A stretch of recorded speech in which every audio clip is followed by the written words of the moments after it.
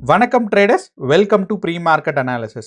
இன்னைக்கு நம்ம இந்த வீடியோவில் நிஃப்டி, பேங்க் நிஃப்டி மற்றும் சென்செக்ஸ் மே 29ஆம் தேதி வெள்ளிக்கிழமை என்ன நடக்கிறதுக்கான வாய்ப்பு இருக்குது அப்படிங்கிறது தான் பார்க்க போகிறோம். ஸோ இந்த அனாலிசிஸில் பார்த்தீங்கன்னா நமக்கு முக்கியமான பிரச்சனை நேற்று நமக்கு மார்க்கெட் லீவு அப்படிங்கிறது தான். ஸோ இந்த நேற்று நமக்கு மார்க்கெட் லீவ் அப்படிங்கிறனால என்ன ஒரு பிரச்சனைனா, நேற்று நமக்கு ரெண்டு முக்கியமான விஷயம் நடந்திருக்கு குளோபல் மார்க்கெட்ஸை கன்சிடர் பண்ணும்போது.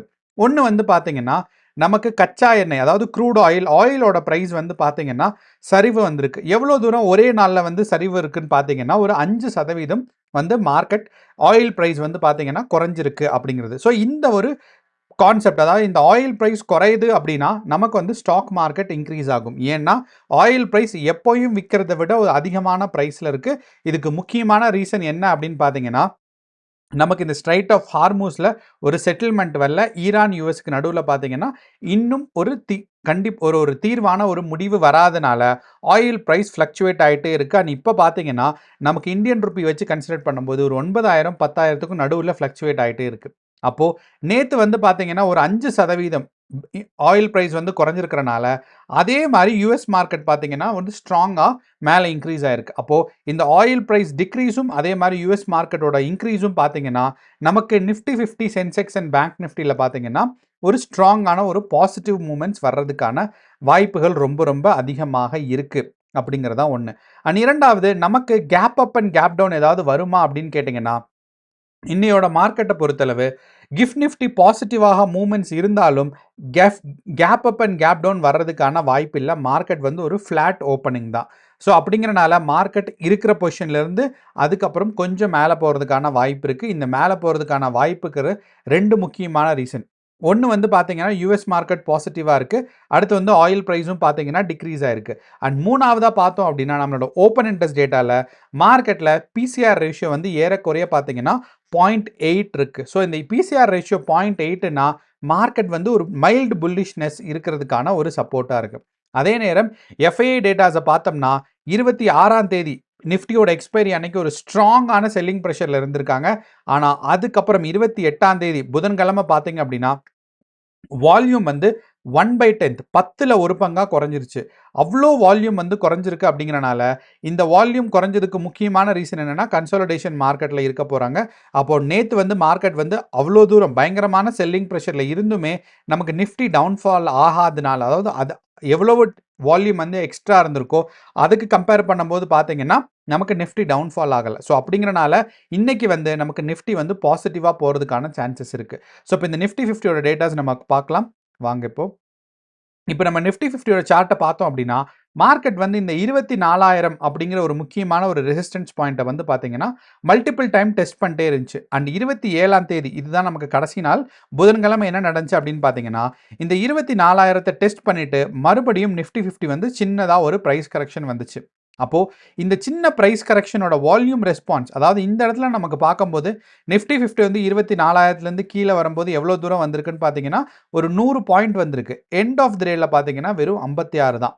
அதே இது நிஃப்டி 50 ஓப்பனிங் அண்ட் க்ளோசிங் ப்ரைஸை நமக்கு கவனிச்சோம் அப்படின்னு பார்த்தீங்கன்னா ஓப்பனிங் ப்ரைஸ்க்கும் க்ளோசிங் ப்ரைஸ்க்கும் பார்க்கும்போது மார்க்கெட்டில் வெறும் 17 பாயிண்ட்ஸ் தான் வித்தியாசம் இருக்குது. உங்களுக்கு ஞாபகம் இருக்கான்னு தெரியல, நம்ம புதன்கிழமைக்கு மார்க்கெட்டில் அனாலிசிஸில் என்ன சொல்லியிருந்தோம்னா ஒரு பாசிட்டிவ் கன்சாலிடேஷன் இருக்கும் அப்படிங்கிறத சொல்லியிருந்தோம். ஸோ அதே தான் பார்த்தீங்கன்னா இன்றைக்கும். ஸோ இங்கேருந்து பார்த்தீங்கன்னா இந்த 24,000க்கு பக்கத்தில் போய் மார்க்கெட் இன்னையோட மார்க்கெட் க்ளோஸ் ஆகும். மார்க்கெட்டோட டைரக்ஷன் பார்த்தீங்கன்னா இந்த 24,000 தொட்டுட்டு அதுக்கப்புறம் ஒரு சின்னதாக ஒரு ப்ரைஸ் கரெக்ஷன் வர்றதுக்கான சான்சஸ் இருக்குது. So opening price and closing price நமக்கு பார்த்தோம்னா அதாவது மார்க்கெட் கன்க்ளூட் ஆகிறது ஒரு பாசிட்டிவாக கன்க்ளூட் ஆனாலும் மார்க்கெட் பார்த்தீங்கன்னா இந்த 24,000 தாண்டறதுக்கான வாய்ப்புகள் கொஞ்சம் கம்மி. ஏன் இந்த 24,000 தாண்டறதுக்கு வாய்ப்பு கம்மி அப்படின்னு நான் சொல்கிறேன் அப்படின்னு பார்த்தீங்கன்னா நம்மளோட ஓப்பன் இன்ட்ரெஸ்ட் டேட்டா பார்த்தோம்னா ரெண்டு முக்கியமான ப்ரைஸில் ரொம்ப ஸ்ட்ராங்கான கால் ஆப்ஷன் இன்க்ரீஸ் ஆயிருக்கு. ஒன்று பார்த்தீங்கன்னா 24,000லையும் அடுத்து பார்த்தீங்கன்னா 25,000லையும் மார்க்கெட்டில் ஓப்பன் இன்ட்ரெஸ்ட் டேட்டா ஸ்ட்ராங்காக இன்க்ரீஸ். அப்போ இந்த ஸ்ட்ராங் இன்க்ரீஸ் என்ன சஜஸ்ட் பண்ணுது அப்படின்னு பார்த்தீங்கன்னா மார்க்கெட்டில் இந்த 24,000லேருந்து ஒரு ப்ரைஸ் கரெக்ஷன் வர்றதுக்கான வாய்ப்பு இருக்குது அப்படின்னும், அண்ட் இதிலிருந்து இந்த 24,000 ஒருவேளை தாண்டிடுச்சுன்னா மார்க்கெட் பார்த்தீங்கன்னா 24,500 and 25,000 வரைக்கும் ஒரு 500 பாயிண்ட் டிஃபரன்சஸில் ஒரு ரெசிஸ்டன்ஸ் இருக்குன்னு அர்த்தம். ஆனால் இந்த 24ஓட வால்யூம் வந்து பார்த்தீங்கன்னா நமக்கு ரொம்ப ரொம்ப அதிகமாக இருக்குது. ஸோ கால் ஆப்ஷன் சேஞ்ச் பார்க்கும்போது நமக்கு 28 லட்சம். ஸோ டோட்டலாக பார்த்தோம் அப்படின்னா நமக்கு கால் ஆப்ஷன்ஸ் வந்து பார்த்தீங்கன்னா 86 லட்சம் குவான்டிட்டிஸ் இருக்குது. ஸோ அப்படிங்கிறனால இந்த 86 லட்சம் குவான்டிட்டிஸ் அதுவும் 24,000, ஏன்னா அடுத்த மணிலேருந்து பக்கத்திலே இருக்குங்கிறனால நமக்கு ஒரு சின்ன டிஃப்ரென்ஸில் தான் இருக்குங்கிறனால மார்க்கெட் இன்னைக்கு பாசிட்டிவாக போகும். அண்ட் இந்த 24,000 மார்க்கெட் வந்து ப்ரைஸ் ரிவர்ஸ் ஆகிறதுக்கான வாய்ப்புகள் ரொம்ப ரொம்ப சிறப்பாக இருக்குது. அதே சமயம் நம்மளோட எஃப்ஐஐ டேட்டாஸ் நமக்கு பார்த்தோம் அப்படின்னா எஃப்ஐஐஸில் பார்க்கும்போது நமக்கு 26 நமக்கு மார்க்கெட் வந்து எக்ஸ்பைரி டே அன்னைக்கு பார்த்தீங்க அப்படின்னா நிஃப்டி 50ல் ஸ்ட்ராங்காக, அதாவது நமக்கு ஒரு -1.5 lakhs குவான்டிட்டிஸ் வந்து பார்த்தீங்கன்னா கால் ஆப்ஷன்ஸ் சேஞ்ச் இருக்குது. அதே மாதிரி புட் ஆப்ஷன் சேஞ்ச் பார்த்தீங்கன்னா 80,000 இருக்குது. ஸோ ஏறக்குறைய பார்த்தோம்னா 2,30,000 குவான்டிட்டிஸ் வந்து பார்த்தீங்கன்னா ஒரு ஸ்ட்ராங்கான செல்லிங் ப்ரெஷர் இருந்துச்சு. ஆனால் இந்த ஸ்ட்ராங்கான செல்லிங் ப்ரெஷர் இருந்தாலுமே நமக்கு 27ஆம் தேதி பார்த்தீங்கன்னா மார்க்கெட் ஒரு ஸ்ட்ராங்கான ஒரு டவுன் சைட் மூவ்மெண்ட்டுக்கு போகலை. அப்போது இந்த ஒரு அனாலிசிஸில் நமக்கு என்ன சொல்லுது அப்படின்னு பார்த்தீங்கன்னா எஃப்ஐஐஸ் வந்து இவ்வளவு ஸ்ட்ராங்கான ஒரு செல்லிங் ப்ரெஷரில் உண்டு பண்ணியிருந்தாலும் மார்க்கெட் வந்து ப்ரைஸ் கரெக்ஷன் ஆகலை அப்படின்னா மார்க்கெட் வந்து ஒரு பாசிட்டிவ் பிரேக் அவுட்காக வெயிட் பண்ணிட்டு இருக்கு அப்படிங்கிறது அர்த்தம். அப்போ இன்னையோட மார்க்கெட்டில் நீங்கள் கால் ஆப்ஷன் எடுக்கிறதாக இருந்தால் 24,000 தாண்டினதுக்கப்புறம் நீங்கள் வந்து கொஞ்சம் கேர்ஃபுல்லாக தான் எடுக்கணும். ஏன்னா 24,000 வரைக்கும் நீங்கள் கால் ஆப்ஷன் எடுக்கலாம். ஏன்னா இப்போ இருக்கிற ப்ரைஸ்லேருந்து நமக்கு ஒரு 70-80 பாயிண்ட்ஸ் வந்து 24,000க்கு வர்றதுக்கான வாய்ப்பு இருக்குது. அப்போ இந்த 70 பாயிண்ட்டே பார்த்தீங்கன்னா ஒரு 2 கேண்டில் 3 கேண்டில் நீங்கள் கரெக்டான ஒரு கால் ஆப்ஷன் கேப்சர் பண்ணிட்டீங்க அப்படின்னா அதுவே இன்ட்ராடேக்கான ஒரு போதுமான அளவு ப்ராஃபிட்ஸை கொடுக்கக்கூடியதுக்கான வாய்ப்பு இருக்குது. அண்ட் இன்னையோட மார்க்கெட் வந்து ஃப்ளாட் ஓப்பனிங் அப்படிங்கிறனால மார்க்கெட்டுக்கு நிஃப்டி 50க்கும் அதே மாதிரி சென்செக்ஸ்க்கும் பார்த்தீங்கன்னா ப்ரீவியஸ் டே ஹை தான் வந்து ஒரு ஸ்ட்ராங்கான ஒரு ரெசிஸ்டன்ஸாக இருக்குது. ஸோ நிஃப்டி 50யை பொறுத்தளவும் 23,977. ஸோ ஆவரேஜாக பார்த்தோம்னா 24,000. அதே மாதிரி நம்ம சென்செக்ஸை கன்சிடர் பண்ணோம் அப்படின்னா 76,200 தான் வந்து பார்த்தீங்கன்னா நமக்கு சென்செக்ஸ்க்கு ஒரு முக்கியமான ரெசிஸ்டன்ஸும். அதே மாதிரி மூணாவதாக நம்மளோட பேங்க் நிஃப்டியை கன்சிடர் பண்ணாலும் 55,200, இந்த 55,200. அப்போ இந்த மூணுலேயுமே பார்த்தீங்கன்னா நான் எழுதிடுறேன். ஸோ 55,200 தான் பேங்க் நிஃப்டியை பொறுத்தளவு இன்னையோட மார்க்கெட் வந்து பாசிட்டிவாக ரீச் ஆகும்னு எதிர்பார்க்குறது. அதே சமயம் 24,000 தான் வந்து பார்த்தீங்கன்னா நிஃப்டி 50யை பொறுத்து இருக்கிற ஒரு ஸ்ட்ராங்கான ரெசிஸ்டன்ஸும். அடுத்து மூணாவதாக பார்த்தீங்க அப்படின்னா நம்மளோட சென்செக்ஸில் 76,200. இந்த மூணும் தான் இன்னையோட மார்க்கெட்டுக்கு நம்ம வாட்ச் பண்ண வேண்டிய ஒரு முக்கியமான ப்ரைஸ் ரேஞ்ச் அப்படிங்கிறத நம்ம தெரிஞ்சு வச்சுக்கணும்.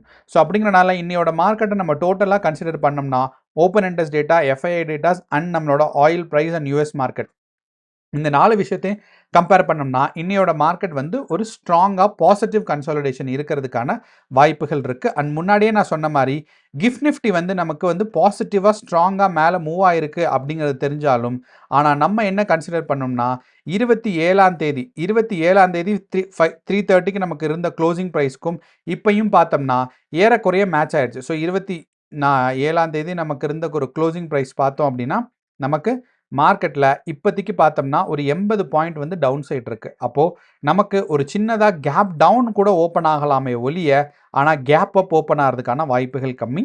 ஸோ அப்படிங்கிறனால இங்கிருந்து மார்க்கெட்ஸ் வந்து கொஞ்சம் நமக்கு வந்து இப்போ ரெக்கார்ட் பண்ணுற டைம் வந்து ஏறக்குறைய ஒரு 7:30, 8 o'clock ஆகுது. அப்போ இந்த 8 o'clockலேருந்து கொஞ்சம் ரெக்கவரி ஆச்சுன்னா நமக்கு வந்து பார்த்தீங்க அப்படின்னா இந்த கேப் டவுன் குறையும். பட் இப்போதைய கிஃப்ட் நிஃப்டியோட பொசிஷன் வச்சு பார்க்கும்போது நமக்கு ஒரு 80% கேப் டவுன் இருக்குது. ஆனாலும் இது வந்து எனக்கு வந்து 9 o'clock வந்து ரெக்கவரி ஆகி மார்க்கெட்டில் no gap up gap down இருக்கும். கேப் டவுன் கேப் அப் எதுவும் இருக்காமல் இருக்கிறதுக்கான வாய்ப்பு தான் அதிகமாக இருக்குது. ஆனாலும் இப்போ கரண்ட் ஸ்டேட்டஸ் ஆஃப் கிஃப்ட் நிஃப்டியை நமக்கு பார்த்தோம்னா ஒரு 80 பாயிண்ட் கேப் டவுன் இருக்கிற மாதிரி இருக்குது. அப்படிங்கிறனால நீங்கள் ஒரு கேப் டவுனோ இல்லைனா no gap down gap up flat ஓப்பனிங்கோ நீங்கள் வந்து எக்ஸ்பெக்ட் பண்ணலாம். ஸோ இதுதான் நம்ம overall analysis. And GIFT Nifty மாதிரியே நமக்கு பார்த்தீங்கன்னா இந்தியா விக்ஸையும் நம்ம வந்து கவனமாக கவனிச்சுக்கணும். ஏன்னா இந்தியா விக்ஸ் வந்து ஏற்கனவே ஒரு கூல் ஆயிடுச்சு. ஏன்னா இந்தியா விக்ஸ் வந்து 15.4 இருக்குது. ஸோ அப்படிங்கிறனால இங்கேருந்து மறுபடியும் கூல் ஆகிறது கொஞ்சம் கஷ்டமான விஷயம். ஸோ அப்படிங்கிறனால இங்கேருந்து டவுன் சைட் புஷ் வந்துச்சுன்னா ஒரு 13 வரைக்கும் இந்தியா விக்ஸோட கூலிங் நடக்கலாம். அப்போ இந்தியா விக்ஸோட கூலிங் பார்த்தீங்கன்னா கண்டினியூஸாக நடந்துட்டு இருக்கு, விச் சப்போர்ட்ஸ் வந்து பாசிட்டிவ் மார்க்கெட்டை. ஸோ அப்படிங்கிறனால நமக்கு இன்னைக்கும் இந்தியா விக்ஸ் வந்து ஒரு கூலிங் தான் நடக்கணும். ஸோ அதனால் நமக்கு ஒரு பாசிட்டிவ் மார்க்கெட் நடக்கிறதுக்கான வாய்ப்புகளும் இருக்கும். ஸோ கேர்ஃபுல்லாக ட்ரேட் பண்ணுங்கள். இன்றைக்கி நம்ம மார்க்கெட்டில் வந்து 24,000 வரைக்கும் மார்க்கெட்ஸ் வந்து மேலே போகிறதுக்கான சான்சஸ் இருக்குது. ஒரு பாசிட்டிவ் கன்சாலிடேஷன் நடக்கிறதுக்கான வாய்ப்புகள் சிறப்பாக இருக்குது. ஸோ கேர்ஃபுல்லாக ட்ரேட் பண்ணுங்கள். All the best. நன்றி, வணக்கம்.